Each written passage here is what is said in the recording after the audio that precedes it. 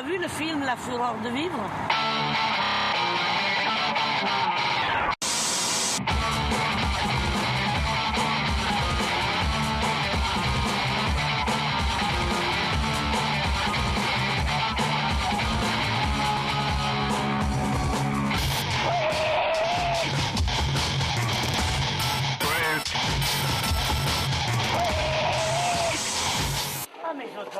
Quand même.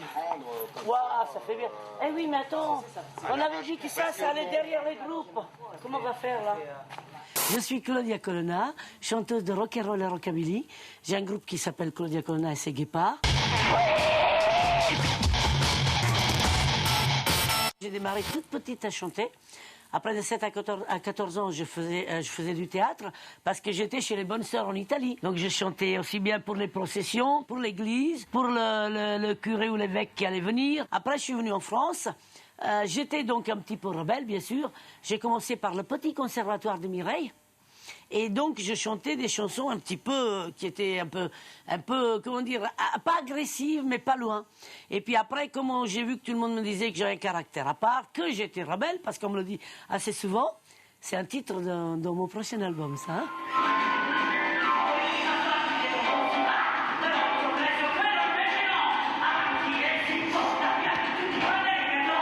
Salvagram, comme la Mutualité, il y avait plein de salles donc comme ça, et donc on faisait les premières parties des grandes stars, des vedettes, tout ça, mais c'était à la limite, c'était trop agressif pour les femmes.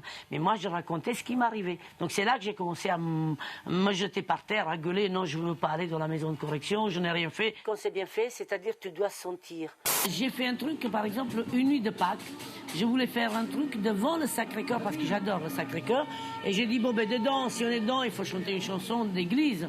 Donc je vais chanter même le pape dans le rock'n'roll, parce que ça a à faire quand même avec l'église.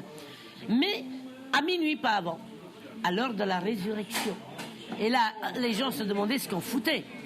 Et tout d'un coup, donc on a attendu minuit top pile, et on s'est mis à faire, même le pape dans le rock'n'roll, carrément au pied du Sacré-Cœur, comme ça, et t'avais plein de gens, la foule qui est tout autour. Ah là, regarde le groupe là, il est tout seul comme un con, avec des lumières qu'on dirait qu'il joue dans une cave. Regarde.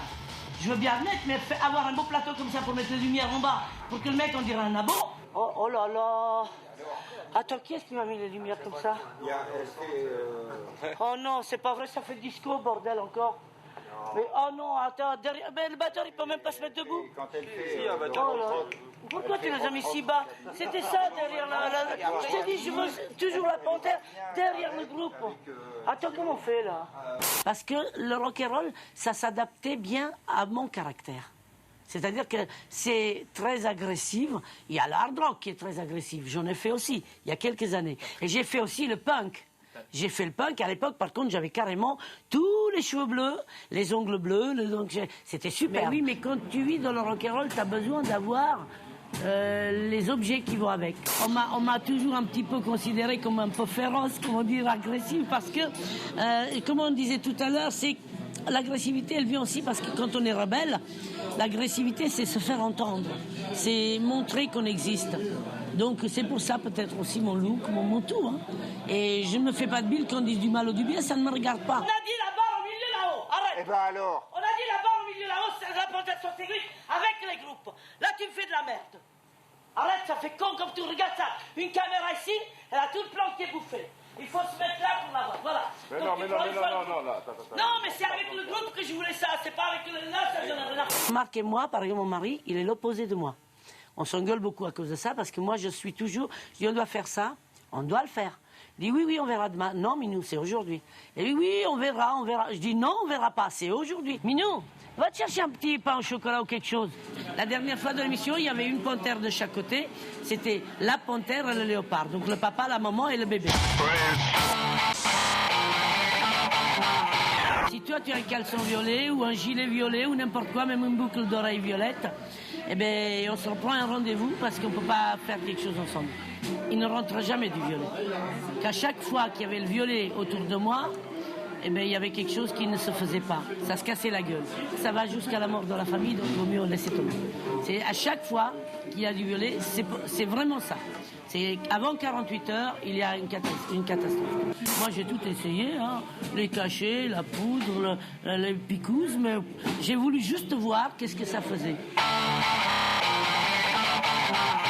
En fin de compte, je te dis la vérité, rien ne me fait de l'effet. Ça me fait de l'effet, bien sûr, mais rien ne m'apporte ce qui m'apporte mon métier. Mais je te l'ai dit, non, je te l'avais dit. Je t'avais dit derrière les groupes, ce truc-là. J'ai dit, il fait 1m40, c'est tout juste.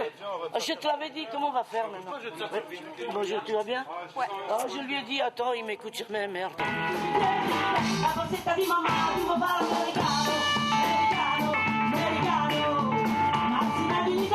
J'ai quitté l'Italie pour venir chanter à Paris.